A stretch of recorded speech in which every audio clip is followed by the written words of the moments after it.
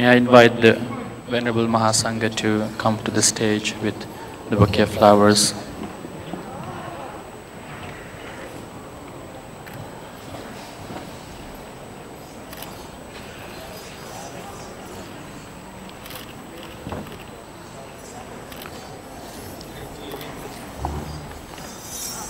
As the procession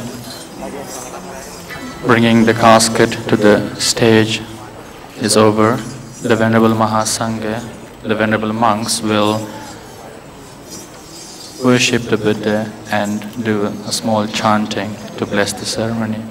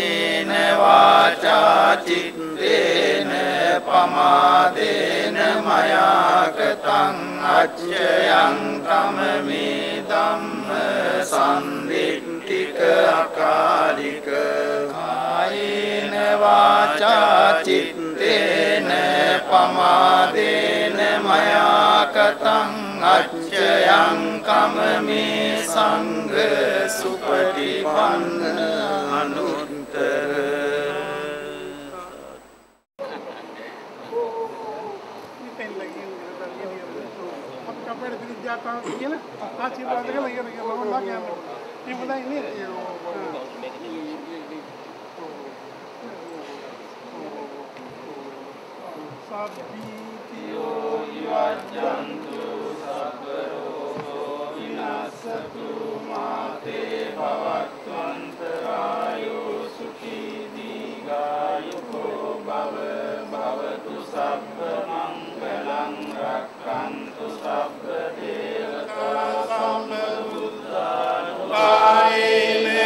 සදාසු භවන්තු තී භවතු සබ්බ මංගලං රක්ඛන්තු සබ්බ දේවතා සබ්බ ධම්මානුභාවේන සදාසු භවන්තු තී භවතු සබ්බ මංගලං රක්ඛන්තු සබ්බ දේවතා සබ්බ සංඝානුභාවේන සදාසුති භවන්තු තී.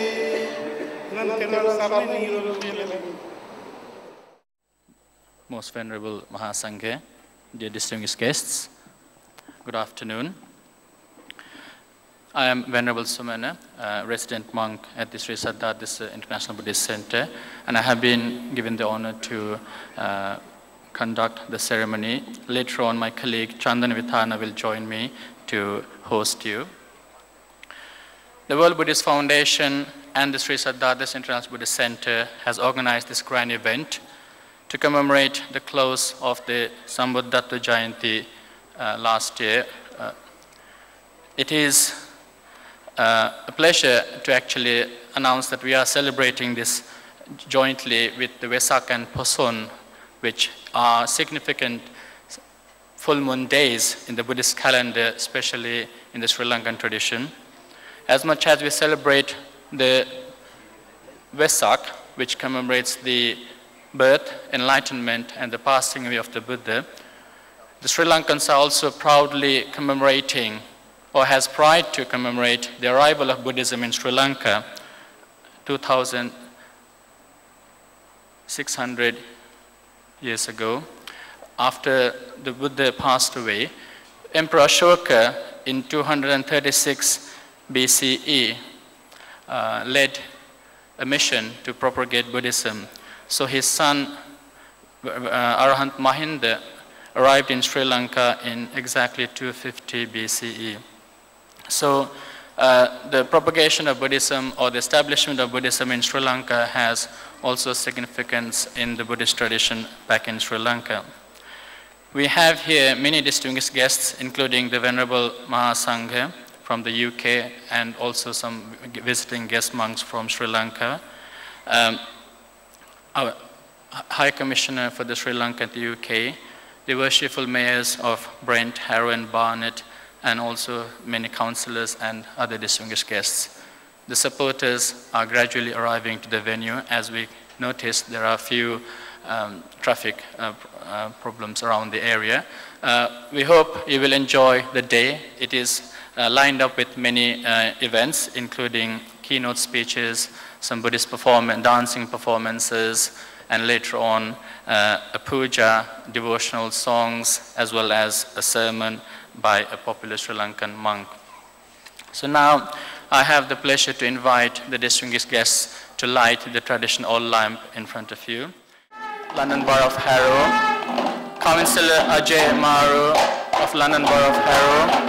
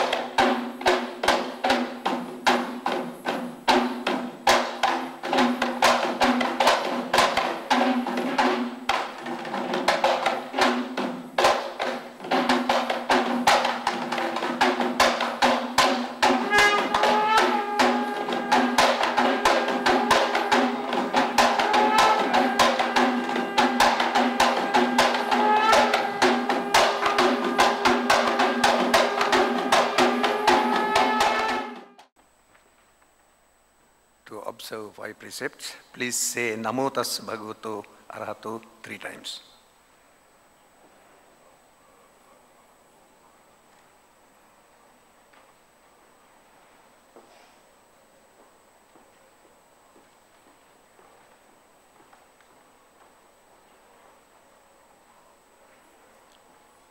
Buddhaṃ saraṇaṃ gacchāmi, Dhammaṃ saraṇaṃ gacchāmi, Saṅghaṃ saraṇaṃ gacchāmi, Dutiyampi buddhaṃ saraṇaṃ gacchāmi, Dutiyampi dhammaṃ saraṇaṃ gacchāmi, Dutiyampi saṅghaṃ saraṇaṃ gacchāmi, Tatiyampi buddhaṃ saraṇaṃ gacchāmi, Tatiyampi dhammaṃ saraṇaṃ gacchāmi, Tatiyampi saṅghaṃ saraṇaṃ gacchāmi, Pānātipātā vēramaṇī sikkhaපadaṃ samādhiyāmi,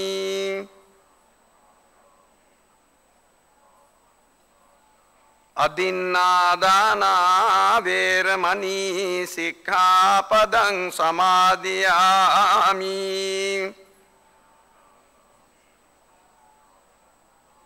Kāmesu miccācārā vēramaṇī sikkhaපadaṃ samādhiyāmi,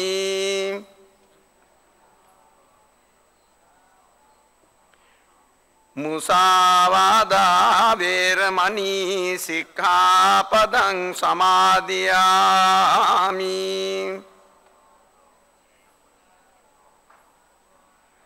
Surāmēraya majjapamādaṭṭhānā vēramaṇī sikkhaපadaṃ samādhiyāmi.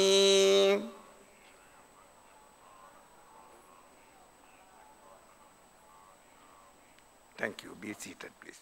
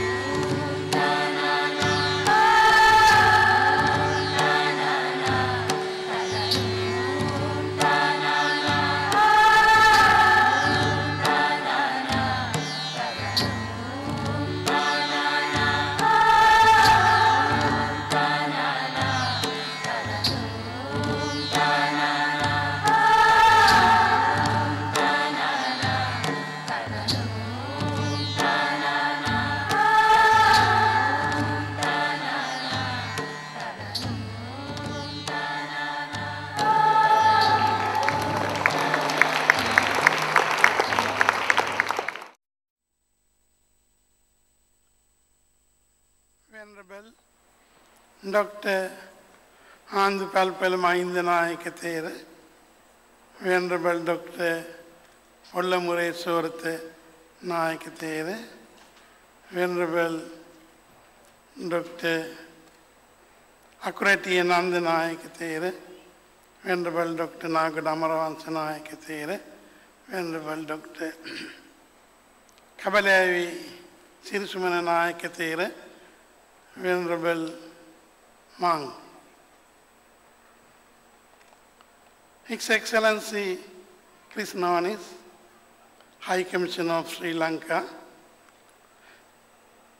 Councillor Michel Ladea, Worshipful Mayor of London Borough, Brent, Councillor Nisam Ismail, Worshipful Mayor of London Borough, Harrow, Councillor Brian Satna, Worshipful Mayor of London Borough, Barnet, Honorable John Fernell, Representative Deputy Lieutenant of HM the Queen for Harrow, Professor Richard Gomri from Oxford, also Mrs. S. Gomri, Mr. Kishore Hydramani, Chairman of the Hydramani Group, and his son, Mr. Hydramani, Councillor Mano Dharmaraja, Harrow,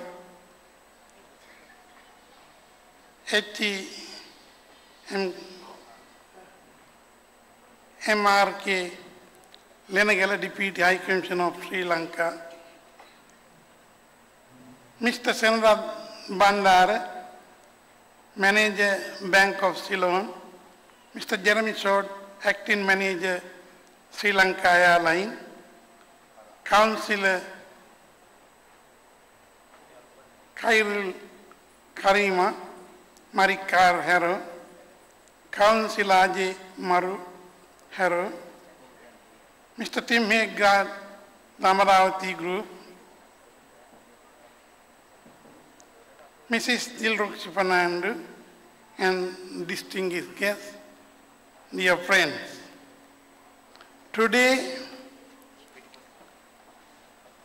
we are celebrating a very significant event in the history of Buddhism. The Sambuddathva Jayanthi, or the 2600th anniversary of the Lord Buddha's attainment of enlightenment, which means true awakening. This celebration started on the full moon day of Vesak, which was 17th May in 2011. Climaxing on Vesak day on 4th May 2012, we saw vast celebration in Sri Lanka during this period. We too had a ceremony at the Brent Town Hall on 12 June last year, and today we are staging the final ceremony for the Sambuddathva Jayanthi. Of course, everyone knows Vesak is the holiest day in the Buddhist calendar, commemorating the birth, enlightenment, and the passing away of the Lord Buddha. The festival of Poson has great significance in the history of Sri Lanka. It is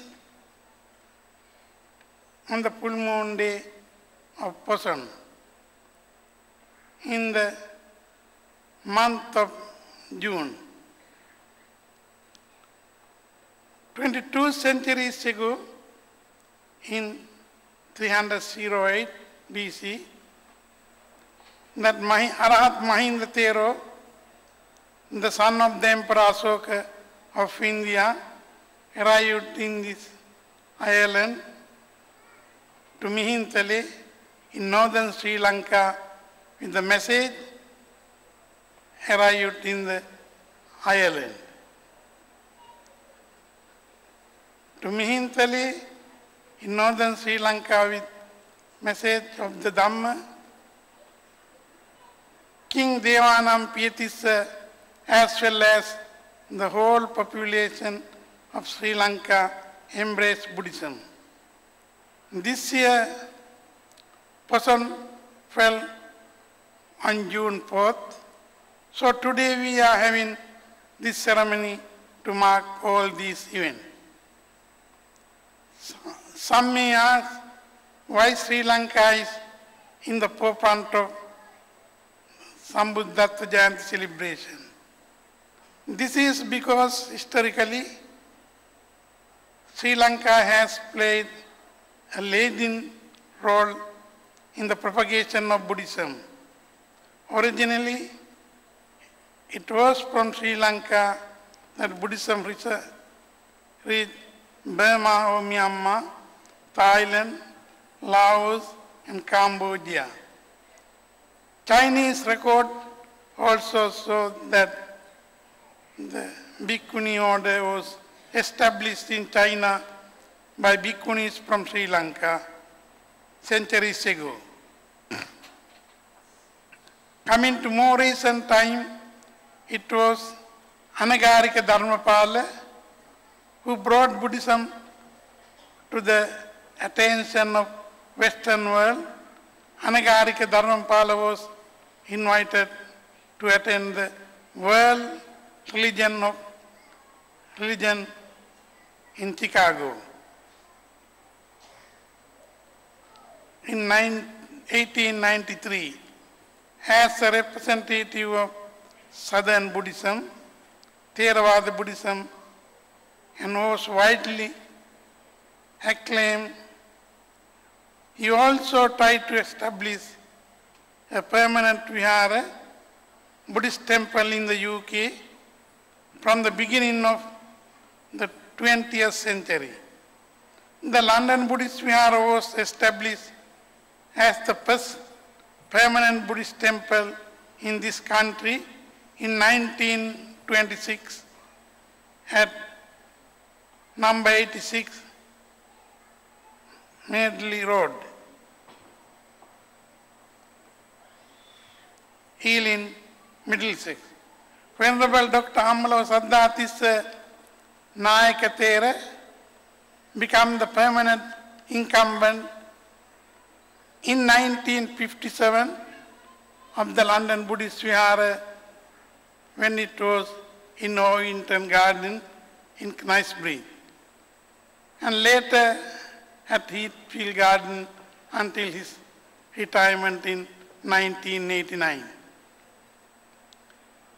In 1950, the World Fellowship of Buddhists, more well known now as the WFB, at its meeting in Colombo on the initiative of Sri Lanka, requested all government to make the full moon day of Vesak a public holiday.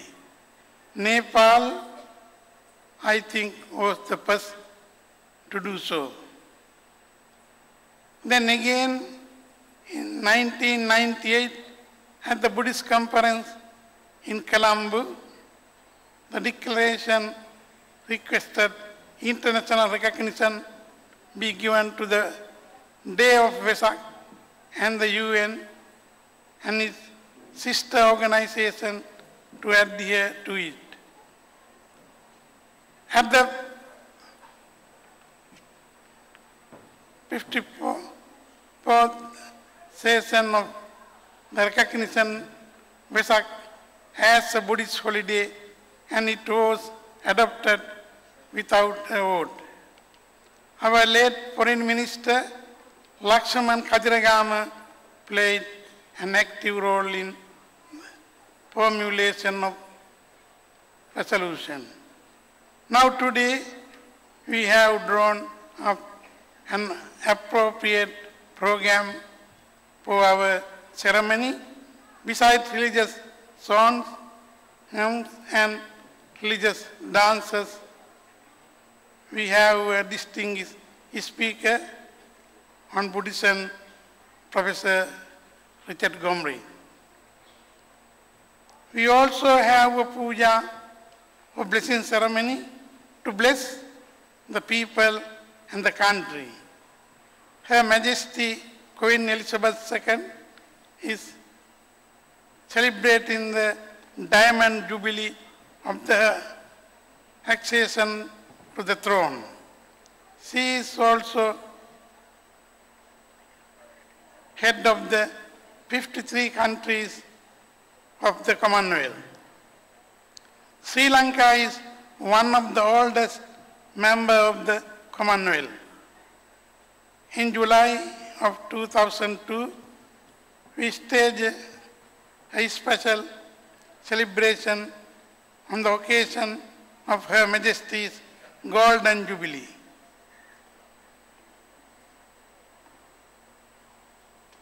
On the occasion of Diamond Jubilee, we would like to convey to Her Majesty our congratulations to loyal greeting and invoke the blessings of the Triple Gem, the Buddha, Dhamma and the Sangha. Her Majesty at the puja, which will be after the interval, may your protection be secured in every way. May all misfortune be warded off. May all ailments cease. May no calamities befall you. May you live long and peace. Thank you very much.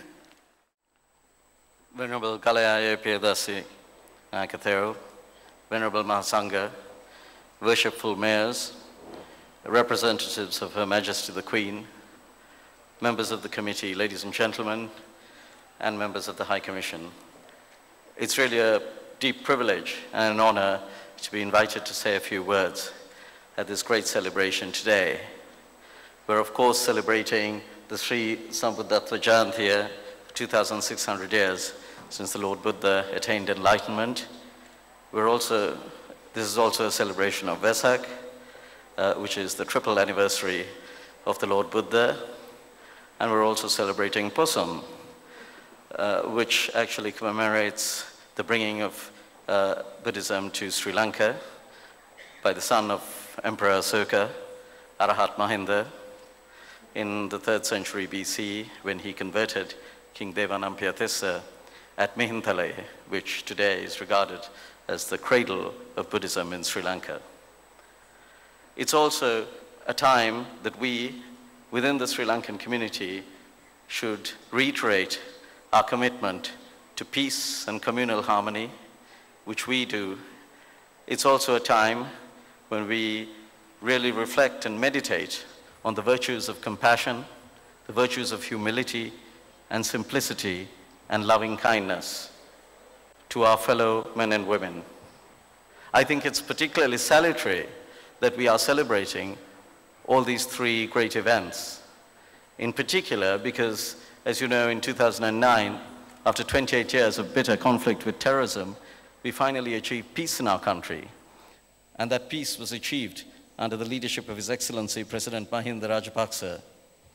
Finally, the people of Sri Lanka are free of the autocracy and hegemony of terrorism.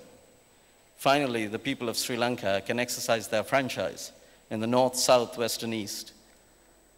And all of us together are now firmly embarked on building a very comprehensive reconciliation, rehabilitation, reintegration, and reconstruction program in Sri Lanka, in particular in the conflict-affected areas. It's very salutary to note that the overall GDP growth rate of the country has been between 7% and 8% quarter on quarter, whereas the growth rate, the regional growth rate in the conflict-affected areas such as Jaffna is over 20%. I think that is very good and hard evidence of the very real and sincere progress that is going on in Sri Lanka today. I think it is in that note that I thought it was particularly useful that His Excellency President Mahinda Rajapaksa visited the UK recently to celebrate and to join in the celebrations of Her Majesty's Diamond Jubilee. As you know, as we all know, and I have been particularly involved with various Commonwealth events, it was so wonderful to be able, for all of us here in Britain, to celebrate Her Majesty's commitment, duty, devotion, and dedication, not only to Britain, but to all Commonwealth countries, including Sri Lanka's. And it is in that context that it was particularly meaningful that His Excellency Mahinda Rajapaksa came here for those 3 days. It was really a very fruitful and useful trip because it was a celebration and a cohesion of UK-Sri Lankan ties. I know His Excellency and Mrs. Rajapaksa attended the reception at Buckingham Palace, as well as the concert thereafter. The following day, he attended that wonderful service of thanksgiving for Her Majesty the Queen at St. Paul's Cathedral, and subsequently the reception at Guildhall.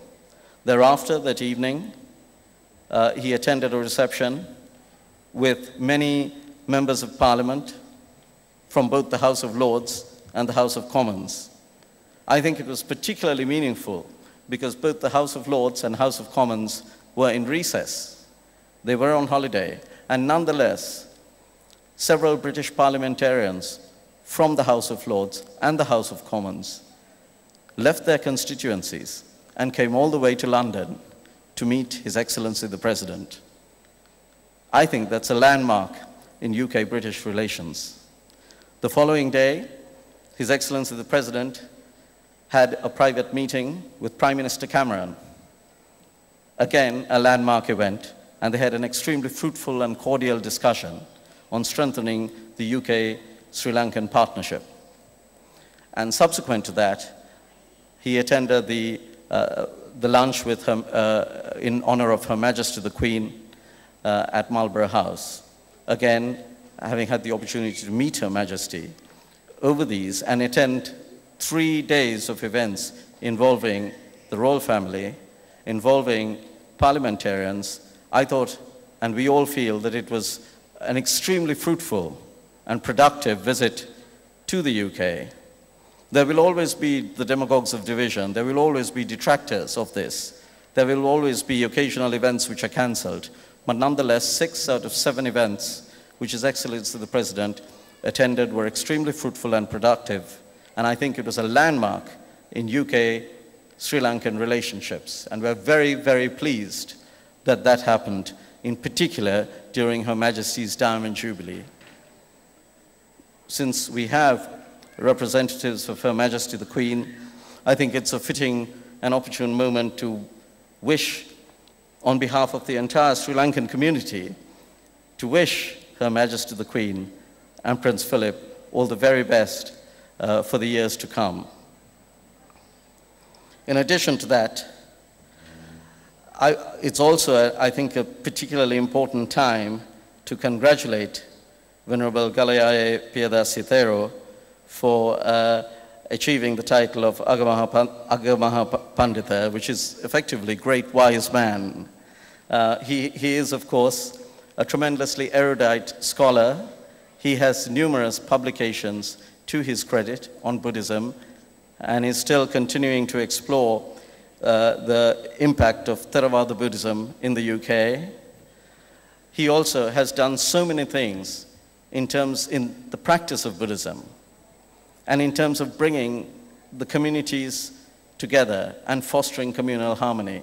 I think this is particularly important, and it is a wonderful reflection of what we as Sri Lankans believe in and what we do in Sri Lanka, because we believe that it is the diversity of each and every one of us that we need to accept with all humility and with all grace. And in that context, I think Venerable Galayaya Piyadasi Thero has done a yeoman service over the years. He started educational classes, Saturday school. He organized the main exposition of the sacred relics in 1996. He has written numerous books, and he has organized, of course, he started organizing the celebration of Sinhala and Tamil New Year. It's a wonderful event which celebrates the different ethnicities that are present within our country. And he organized that as a regular yearly event. And now, I think, in the last few months, we attended several of those Sinhala and Tamil New Year celebrations around the country. So he has been instrumental and actually a pioneer in organizing so many of these. Because at the end of the day, what these seek to do is not only a celebration of our values, but it is also, what it serves to do is actually bring together all our communities to help us to build a truly pluralistic and inclusive society. Because we as Sri Lankans have, throughout the 28 years, suffered under terrorism, and we've also suffered from the sometimes occasional negative media publicity, which is terribly anachronistic and wildly out of date. It is, of course, terribly sensationalist.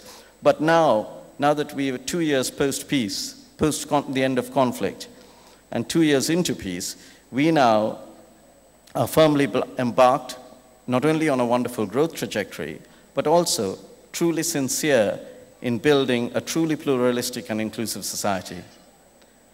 And it is in that context that we have to thank Venerable Galayaya Piyadasithero for organizing functions such as this, because we in Sri Lanka respect the diversity of each and every one of us. We are all of different ethnicities, different religions, but that is the beauty of each and every one of us. That is the beauty of human beings. And in all humility, it is when we respect each other's diversity that we give each other dignity. And it is when we give each other dignity that we ensure a durable and long-lasting peace. And that is what we are firmly embarked on within our country, bringing all communities together so that we ensure that we build a better peace and a long-lasting peace, not only for ourselves, but for our children and our children's children. I must also say that, of course, amongst all his accolades, Venerable Galayaya Piyadasithero also, of course, was awarded the MBE by Her Majesty the Queen. So his latest achievement is one that is rarely achieved particularly by Buddhist monks outside Sri Lanka, and in fact, I believe it is the first such award given to a Buddhist monk in the UK. And I think that's something that we should all be very proud of. And he went to receive it recently in Burma. So we congratulate you on behalf of the Sri Lankan High Commission and on behalf of the people of Sri Lanka. I think it's a very wonderful achievement, and it's also a great celebration of the work of communal harmony that goes on within us in Sri Lanka. I think, as I've always said, what we don't ever say, I don't ever say rather, that I'm Sinhalese or Tamil or Malay or Burgher. I'm Sri Lankan, and I'm proud to be Sri Lankan. And I know in each and every one of you is proud to be Sri Lankan. And the speed of transition of our nation from developing to developed nation will depend not only on the indigenous communities of Sri Lanka, but also on all of you here within the diaspora and all your interaction with the British community, which is after all where we live. And I lived here for about 28 years, went back to Sri Lanka and came back here, and I'm pleased to be back. And I'm so happy to be able to make even a tiny, maybe a 1% contribution towards bringing everyone together, not only with ourselves, but also with the British community, so that we can further cement UK-Sri Lankan relationships. And also on this day, once again, I think it's a wonderful time to celebrate peace and harmony throughout the world, but in particular in our country. And I wish you all the best for the future. Thank you.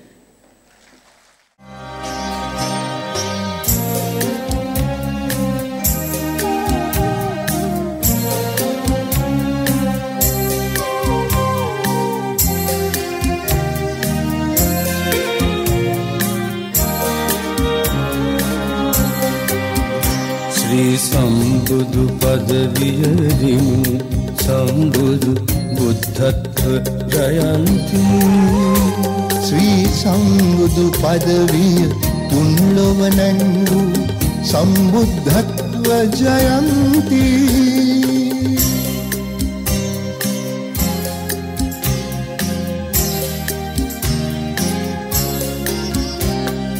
Dedahas Hayasiya Vasak Sapirena Dedahas Hayasiya Vasak Vajabena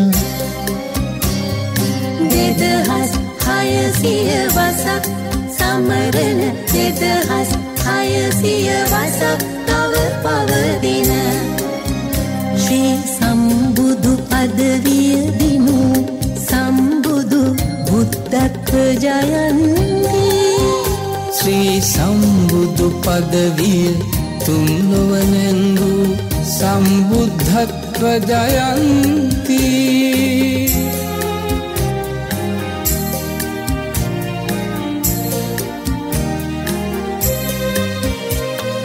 Perano asu nirmala bududam Tundo tulanengu Budu samannani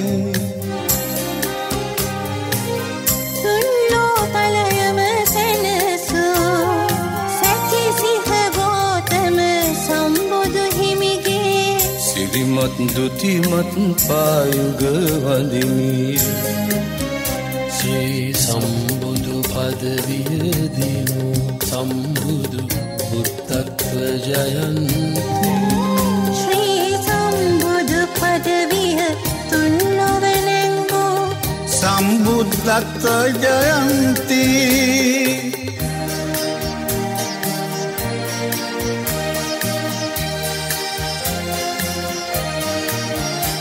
Pilivetin pelagasi Pilivetin sit sadamu Pilivetin tumruvan pudamu Pilivetin dauravan nagamu Pilivetin pindan karamu Pilivetin pansil ratimu Sri Sambuddu Padaviyadinu Sambuddu Buddhatva Jayanthi Shri Sambuddu Padaviya Tunlavanendu Sambuddathva Jayanthi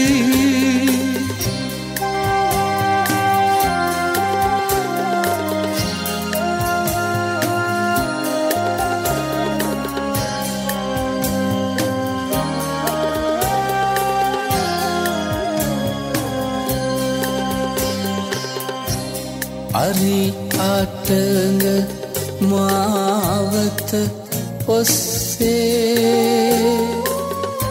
Satwaga medi pilivetata yoma Sivsas sadaham tumlo talaye kodivel nenguve dam rajaye Siddhuhat Gautama Sambuddu Siripa Pipihadamal Pudamin Vandimu Siddhuhat Gautama Sambuddu Siripa Pipihadamal Pudamin Vandimu